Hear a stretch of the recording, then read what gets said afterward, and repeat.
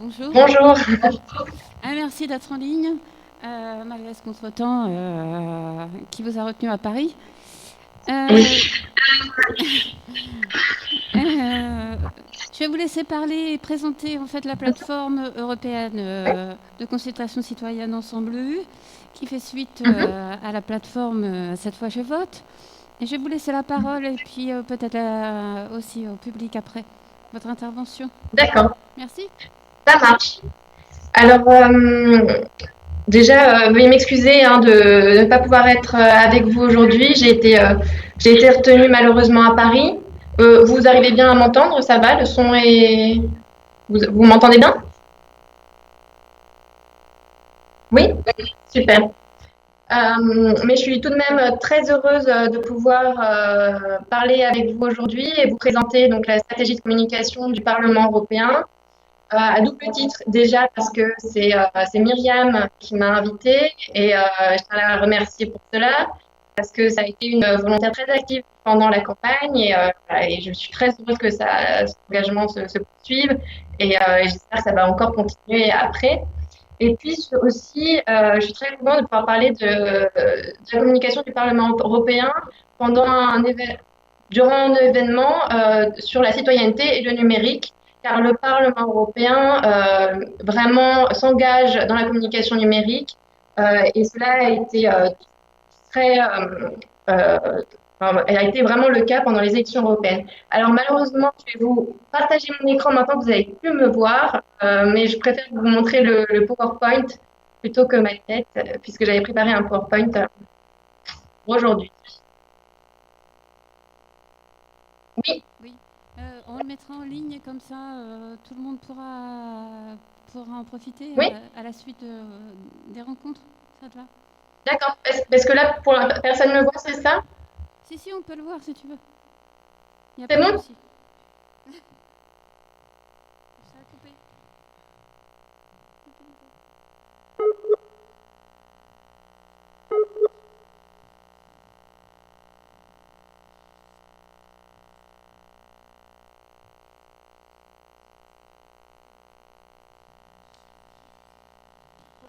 Je suis désolée, problème technique.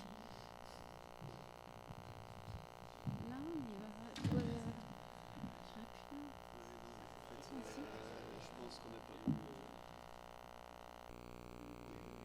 mais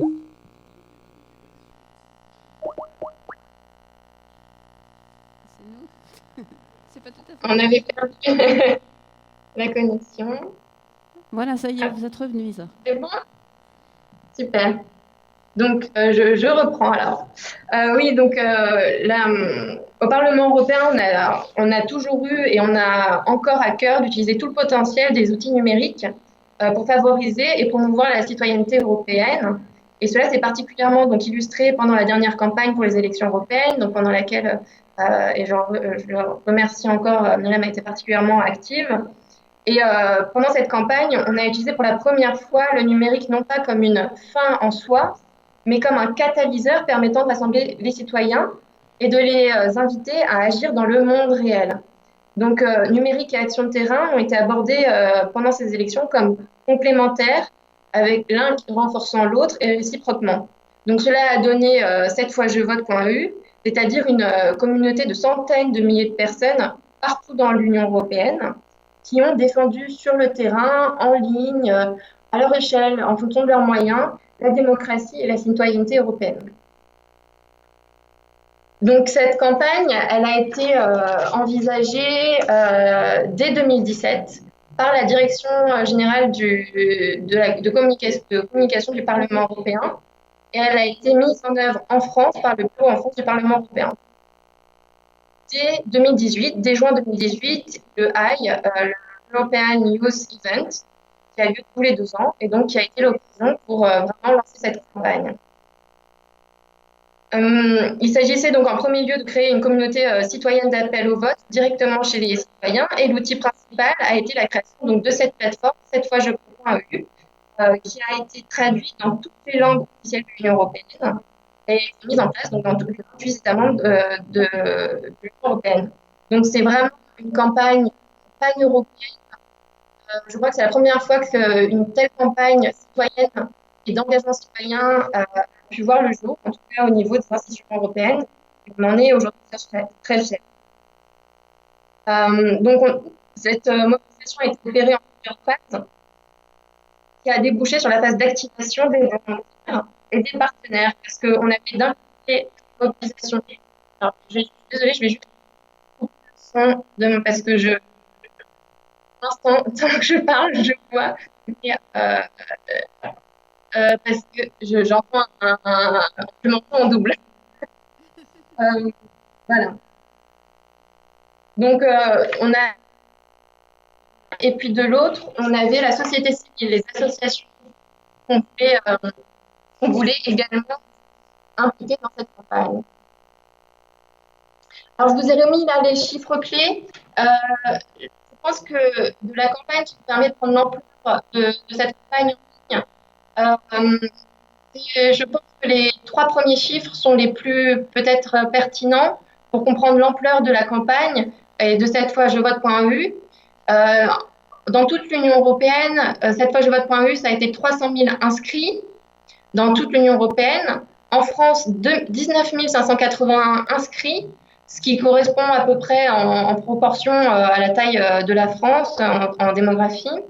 Et 1621 volontaires partout en France qui ont participé activement à la campagne. Ces volontaires, ce sont des personnes qui se sont non seulement inscrites sur le site, mais qui ont été actives, qui ont dit, qui se sont engagées à faire quelque chose.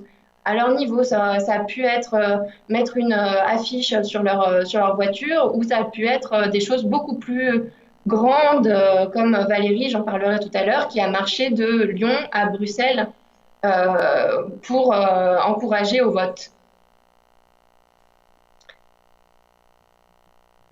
Alors oui, là, je vais juste revenir très rapidement sur les outils numériques que nous avons mis en place pendant cette campagne. Donc, il y avait le site Cette fois je vote. Pardon, je reviens. Tac, tac, tac, tac. Il y avait le site, donc Cette fois je vote. Là, c'est l'interface et la page d'accueil. Donc, on pouvait s'inscrire. On pouvait également, donc comme ce dont je vous parlais tout à l'heure, on pouvait également indiquer si on souhaitait être volontaire en ligne, organiser des événements, accueillir des événements. Chacun pouvait vraiment s'engager à son niveau et en fonction de ce qu'il préférait. Il y avait également donc une carte sur laquelle on pouvait retrouver les événements. Alors, dans les chiffres clés que je vous ai montrés tout à l'heure, je crois que c'était indiqué, mais bon, Myriam vous pourra envoyer la présentation pour revenir dessus. Je suis désolée. Donc, c'était 200 événements labellisés partout en France. Donc, rien que pour la France, il y a eu 200 événements labellisés. Cette fois, je vote. Oui, Myriam. Oui, je suis désolée de vous interrompre, mais en fait, on ne voit pas du tout le PowerPoint. Donc, c'est pour ça que j'avais laissé un petit message sur le côté en disant on ne voit pas le PowerPoint. Mais c'est pas grave, autrement on le fournira après. Hein. Et du coup, vous me voyez que moi, c'est ça? Voilà. En fait, on voit que vous. Ok, alors je remets. C'est bon là? Non, mais c'est pas grave. On continue. C'est bon? Voilà. Non, maintenant on voit que moi. Ah, ça y est. C'est bon? Oui, c'est bon. Ok, super. On va y arriver. Je suis désolée. Alors, je reviens juste sur ce qui est important, c'était les pages d'accueil de Cette fois je vote. C'est bon? Ok, cette fois c'est bon. C'est bon. Ok, super. Alors, vous m'aviez vu en gros pendant 10 minutes. C'est pas grave. Donc, là, c'était la page d'accueil de Cette fois je vote, avec donc la possibilité de s'inscrire et donc les événements, etc. Là, c'était donc la page où on pouvait indiquer à quelle hauteur on voulait s'engager dans la campagne. Ici, donc la carte des événements.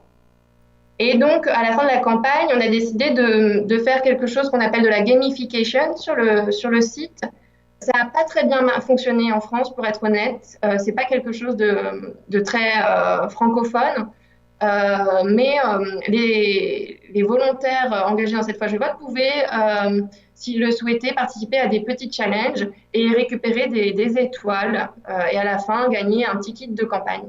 Voilà, ça permettait d'engager encore plus les volontaires. Donc, on n'avait pas seulement cette fois je vote.eu comme outil digital pendant cette campagne, on avait également, on a développé beaucoup d'autres outils, notamment le site Élections européennes 2019 que vous voyez ici, donc sur lequel on pouvait retrouver toutes les informations utiles pour le jour du vote et les enjeux qu'il y avait derrière les élections. On a également développé la Citizens App qu'on peut toujours retrouver sur Android et sur iOS. Et cette application permet de voir les événements qui sont les plus près de chez soi, qui sont pertinents au sein de l'Union européenne, qui est développer les projets européens. C'est vraiment une mine d'informations très utile. Voilà, n'hésitez pas à la télécharger, à l'explorer. C'est encore en place. Et puis, je pense que l'outil qui a été peut-être le mieux accueilli pendant cette campagne, ça a été ce que l'Europe fait pour moi.eu. C'est le service de recherche du Parlement européen, le PRS, qui a développé ce site. C'est quelque chose qu'on attendait depuis plusieurs années. Ça permet de se rendre compte de ce que l'Europe fait vraiment dans le quotidien, dans notre vie quotidienne. Donc, on peut faire des recherches par aire géographique, on peut mettre également un filtre socio-démographique. Et puis après, il y a une page effectivement ce qu'on met en avant, ce qu'on choisit de mettre en avant pour le moment. Donc ça, pareil, c'est encore en ligne, c'est encore mis à jour régulièrement. Je vous invite vraiment à aller voir, c'est très, très utile. Alors, tous ces outils, ça a débouché finalement sur, c'est ce que je vous disais en guise d'introduction, sur des actions de terrain. Les volontaires ont vraiment, ceux qui se sont inscrits sur cette page de vote, ont vraiment pris leur citoyenneté en main et ont décidé d'agir. Par exemple, Valérie, donc, qui a marché 700 km de Lyon à Bruxelles pour encourager ses concitoyens à aller voter, pour faire de la pédagogie sur l'Union européenne et la démocratie. Mais il y a eu aussi, par exemple, Bastien, là je vous ai mis que 2 exemples, mais qui me semblaient assez pertinents. Bastien qui a fait un compte Instagram, Palpably sur lequel il postait tous les jours une bonne raison d'aller voter. Donc voilà, là c'est 2 exemples, mais parce que j'essaye d'aller, de pas non plus durer trop longtemps. À côté de ces outils, on a mené une campagne digitale, on va dire, plus classique. Et ça s'est traduit notamment par la réalisation d'un spot, Choisissez votre avenir, qui a eu des millions de vues partout en Europe. Il me semble que c'est 130 millions de vues partout dans l'Union européenne. Et en France, je regarde, c'était pareil, plusieurs millions de vues sur Facebook et sur YouTube. Et là, l'idée, c'était plus forcément d'impliquer les citoyens. On n'était plus dans la même démarche. C'était toujours le Parlement européen qui a développé cette campagne en collaboration avec Cette fois je vote. Mais là, on était en dernière ligne droite. On a voulu jouer plutôt sur les sentiments avec des nouveau-nés. Je crois que la vidéo est toujours en ligne, pareil, sur YouTube. Je vous invite également à la visionner. À côté de ça, et à côté des relations de presse, on va dire classiques, qui nous ont permis d'avoir une couverture presse assez grande, on a choisi de faire des partenariats médias avec des médias jeunes. On avait particulièrement envie de cibler les jeunes, qui sont une partie de la population qui va voter le moins. 25% seulement des jeunes sont allés voter en 2014. Avec ça en tête, évidemment, ça ne pouvait être qu'une priorité de cibler les jeunes et de les encourager à aller voter. Donc, on a décidé de faire des partenariats avec des médias jeunes, connectés avec un public captif, c'est-à-dire très fidélisé. Donc, ça, par exemple, est avec Mademoiselle, avec Topito, avec Allociné ou encore avec Minute Buzz qui n'est pas sur ce slide. Après, en relation presse classique, on s'est tourné vers Combini, vers Quotidien, voilà, des choses comme ça. Pareil, pour le volet plus classique de l'utilisation du digital, on a bien sûr eu des actions sur les réseaux sociaux avec la promotion sur les réseaux sociaux assez agressive tout au long de la campagne et puis surtout en mai où vraiment c'est monté crescendo. Et puis le jour des élections européennes, je vous ai mis 2 tweets de 2 volontaires pour vous montrer vraiment en fait comment notre campagne tout au long de l'année 2018 et 2019 s'est finalement traduite comme voilà, avec une force, on pourra en juger, enfin, je vous laisse juge, mais vraiment c'est traduite pour de vrai avec des volontaires qui le jour des élections ont tweeté avec le hashtag cette fois je vote et en incitant leurs proches à aller voter. C'était vraiment ça l'idée de base. Parce qu'on s'était évidemment, la stratégie derrière toute cette campagne, c'est qu'on s'est dit que ça serait toujours plus utile que ce soit un citoyen qui parle à un autre citoyen, le message passera toujours beaucoup mieux que si c'est une institution qui paraît loin, qui va parler aux citoyens. Donc, c'était une stratégie totalement horizontale, une stratégie également que chaque citoyen puisse s'emparer de cette campagne, la personnaliser, se l'approprier et, voilà, et parler de ce qui lui tenait à cœur. Par exemple, si c'était l'environnement, il pouvait orienter le message autour de l'environnement. Si c'était la défense de ses droits, c'était la défense de ses droits. Enfin, voilà, chacun pouvait vraiment personnaliser cette campagne, se l'approprier pour la restituer au mieux. Et c'était vraiment ça la stratégie, c'est que de peer-to-peer, c'est toujours mieux que de l'institution, donc aux citoyens. Alors, j'en viens maintenant à aujourd'hui. Alors, comment cette campagne a été perçue et quels ont été les résultats? Évidemment, on a vu, c'est pas que nous, évidemment, c'est une agrégation de facteurs différents, c'est la mobilisation d'énormément d'acteurs, c'est une situation politique. Néanmoins, le résultat est là, une participation record dans toute l'Union européenne avec 50,6% de participation et une participation également record en France avec 8 points de plus qu'en 2014. On est à 50,2% de participation en France. Et puis surtout, comme je vous le disais, notre stratégie nous était très tournée vers les jeunes et on a été très contents de voir la hausse de 14 points par rapport à 2014 de la participation aux élections européennes.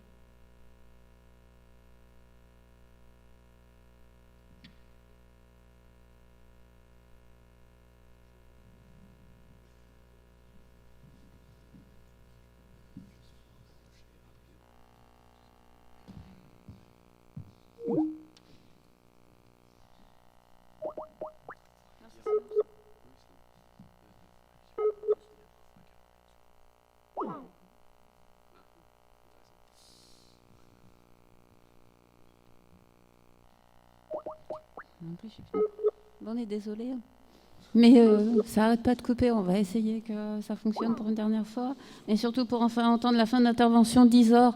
Enfin, tout ça pour dire que, en fait, l'appropriation par les citoyens et les outils numériques ont permis vraiment de pouvoir développer et de pouvoir essaimer sur le territoire tout ce qui était une élection et la possibilité de participation à une élection qui est souvent loin d'être et souvent à forte abstention par les acteurs de la société civile, et qu'on est arrivé à un taux de participation et surtout à une sensibilisation des jeunes vis-à-vis de cette élection qui a été un taux record pour les dernières élections européennes.